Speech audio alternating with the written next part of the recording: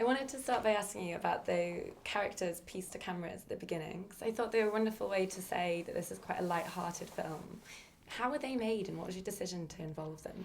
Well, a lot of things in the film happened because we finished our work earlier than we expected.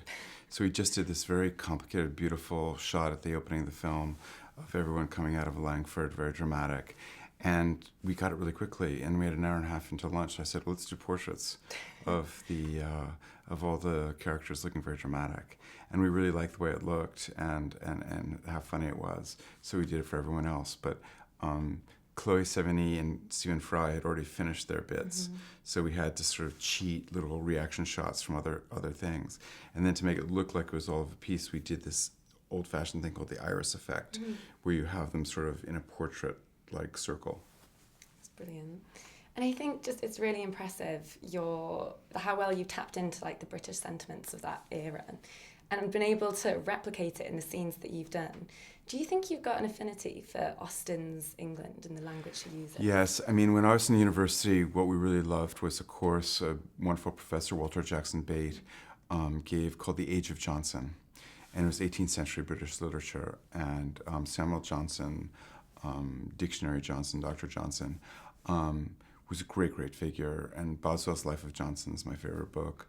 And Jane Austen actually is the embodiment of Johnson's ideas.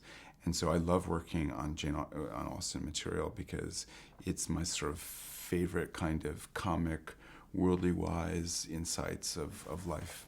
I think you can really see it in the film as well. Yeah, I mean, she's so wise and profound in her thinking and analysis.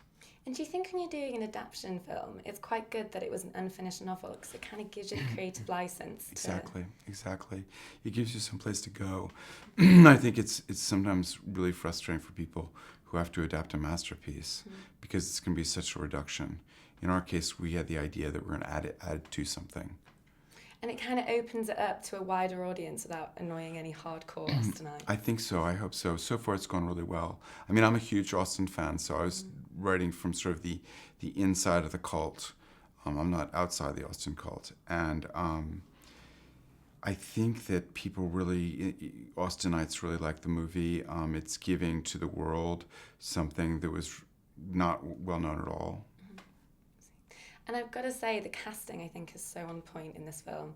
Not just the main characters, but also the comic influences. Was that deliberate? Did you want specific actors from their backgrounds, or did it come about organically within the film? We had the wonderful advantage, because the money didn't come right away in one fell swoop. We had sort of 15 months to do the casting, which is an incredible luxury. And so slowly we found all these performers who were so perfect for their parts. So we have as stars Kate Beckinsale, Chloe Sevigny, and Stephen Fry. But then there's a whole gamut of wonderful British comic actors who are terrific. And then we have a heartthrob, Xavier Samuel, who's really, handsome and dynamic and wonderful. And I've got one last question.